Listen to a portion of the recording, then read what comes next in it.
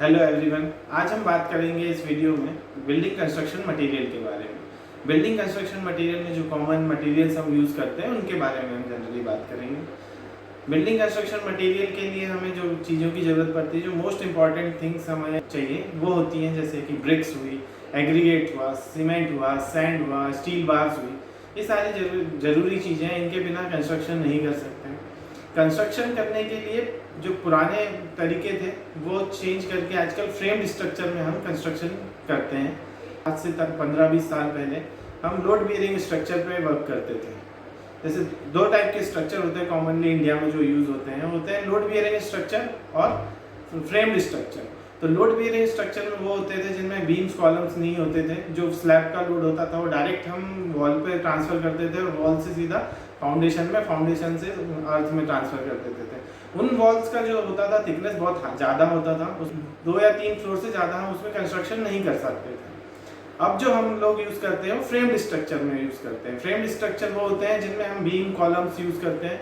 Beam columns में plinth beam, first floor beam, second floor beam, ऐसा हम multi storey buildings construction करने के लिए हम फ्रेम्ड स्ट्रक्चर का यूज़ करते हैं। तो हम इसी फ्रेम स्ट्रक्चर में जो मटेरियल्स यूज़ होते हैं उनके बारे में बात करेंगे। बिल्डिंग कंस्ट्रक्शन मटेरियल में जो फर्स्ट चीज़ है हमारी होती है वो होती है ब्रिक्स। हम अब ब्रिक्स के बारे में बात करेंगे। जो ब्रिक्स होती है वो बहुत सारे टाइप्स की होती हैं। ब्रिक्स हमारी पहली फर्स्ट वाली ब्रिक्स है हमारी जो सन ड्राइड ब्रिक्स होती है। ये हमारी सीधे मॉडलिंग होती है, क्ले से बनाई हुई होती है। इसे हम मोल्ड में डालकर निकाल लेते हैं और उसे सन में ड्राई कर लेते हैं। इसकी स्ट्रेंथ बहुत वीक होती है, इसलिए इसे सिर्फ टेम्परेरी स्ट्रक्चर्स बनाने के लिए यूज़ करते हैं। परमानेंट स्ट्रक्चर्स के लिए इस्तेमाल हम नहीं करते हैं, सिर्फ और सिर्फ टेम्परेरी स्ट्रक्चर्स के लिए इसका यूज़ करते हैं। उसके बाद आती है हमारी burn clay bricks. Burn clay bricks आप सभी ने देखी होगी, जनरली कॉमन होती है, बहुत कॉमन होती है। ये लाल कलर की, रेडिश ब्राउन कलर की जो ब्रिक होती है हमारी, वह बर्न क्ले ब्रिक्स कहलाती है। इसमें भी बहुत सारे टाइप्स होते हैं, 4 टाइप्स होते हैं, first class, second class, third class और फोर्थ क्लास। इसके बारे में हम जब ब्रिक में डिटेल में बात करेंगे तब करेंगे। इसमें इसका जो नॉमिनल साइज होता है, स्टैंडर्ड साइज जो होता है हमारा 19 centimetre bye 9 centimetre bye 9 centimetre होता है। इसकी जो सबसे अच्छी क्वालिटी की ब्रिक होती है बर्न क्ले ब्रिक की, वो शार्प एजेस होनी चाहिए उसकी, उसमें स्क्रैचेस नहीं आने चाहिए, उसे आपस में टकराने पर अच्छा साउंड आना चाहिए। ऐसी कुछ कुछ क्वालिटियाँ होती हैं जिसे हम जब ब्रिक्स के बारे में देखेंगे तब डिटेल में जानकारी लेंगे। उसके बाद हम थर्ड वाली ब्रिक की बात करते हैं, वो होती है AAC ब्लॉक्स।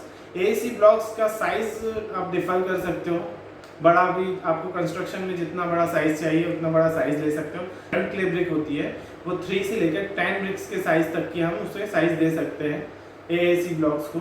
उसके बाद हमारा नेक्स्ट होता है फ्लाई ऐश ब्रिक्स। इसमें हम ब्रिक्स में फ्लाई ऐश यूज़ करते हैं और सीमेंट मोटार यूज़ करते हैं, एग्रीगेट यूज़ करके हम इसे, फाइन एग्रीगेट यूज़ करके हम इसे बनाते हैं। ये वजन में बहुत कम, हल्की होती है, इसलिए इसका यूज़ भी बहुत आजकल बहुत यूज़ होने लगा है और इसका इस्तेमाल से हमारा जो बिल्डिंग का वेट होता है वो कम हो जाता है, इसलिए इसका यूज़ ज़्यादातर लोग करते हैं। उसके बाद आता है हमारे पास नेक्स्ट कंक्रीट ब्लॉक्स।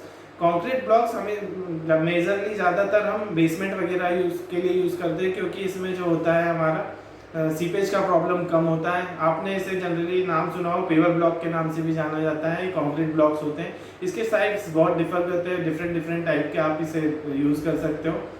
उसके बाद आता है इंटरलॉक ब्रिक्स।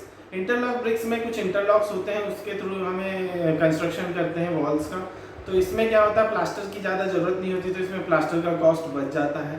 इसके बाद आता है होलो ब्रिक्स में बीच में होल्स होते हैं, जिससे क्या होता है जहाँ पर ज़्यादा गर्मियाँ पड़ती हैं वहाँ पर हम इस ब्रिक्स का यूज़ करते हैं। ये टेम्परेचर को कम करने के लिए इसका ज़्यादातर इस्तेमाल होता है। अब हम बात करते हैं सीमेंट के। नेक्स्ट हमारा मटीरियल जो है वो सीमेंट है। सीमेंट भी बहुत सारे टाइप के होते हैं, पर बिल्डिंग कंस्ट्रक्शन जो नॉर्मल हम बिल्डिंग कंस्ट्रक्ट करते हैं, हाउस बनाते हैं, रो हाउसेस बनाते हैं, तो उनमें हम जो सीमेंट यूज़ करते हैं वो होता है पोज़ोलाना पोर्टलैंड सीमेंट और एक होता है ordinary Portland cement. Pozzolana Portland cement भी बहुत सारे टाइप्स के होते हैं और ऑर्डिनरी पोर्टलैंड सीमेंट भी कुछ ग्रेड्स में होते हैं, जैसे 33 ग्रेड, 43 ग्रेड और 53 ग्रेड में। एक बाइंडिंग मटेरियल है जो कंक्रीट को जोड़े रखता है आपस में, उसकी स्ट्रेंथ इंक्रीज करने के लिए हम सीमेंट का यूज़ करते हैं। जैसे हम हमारे सीमेंट में और भी मटेरियल्स होते हैं, कंक्रीट में एग्रीगेट होता है, सैंड होता है, उसे बाइंड करने के लिए हम सीमेंट का यूज़ करते हैं। नेक्स्ट हमारा मटेरियल है सैंड। सैंड भी बहुत सारे टाइप की होती है। एक नेचुरल सैंड होती है, एक आर्टिफिशियल सैंड होती है।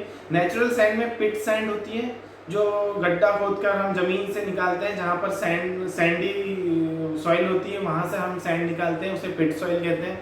उसके अलावा रिवर सैंड होती है, जो रिवर में नॉर्मली मिल जाती है, रिवर के तटों पर आपको मिलेगी, कई जगह पर आपने देखा होगा ट्रकों से निकालते हुए दिख जाती है, वो रिवर सैंड होती है। रिवर सैंड बहुत अच्छी क्वालिटी की होती है, वो मिट्टी नहीं होनी चाहिए, थोड़ी अच्छी क्वालिटी की जो होती है उसमें मिट्टी नहीं होती है, कुछ होती है जिनमें मिट्टियाँ होती हैं तो वो थोड़ी रफ क्वालिटी की होती है। उसके अलावा सी सैंड भी यूज़ करते हैं, समुद्र किनारों के पर जो स्टेट है वगैरह वहाँ पर सी सैंड का ज़्यादातर इस्तेमाल होता है, क्योंकि वो इजीली अवेलेबल हो जाती है वहाँ से।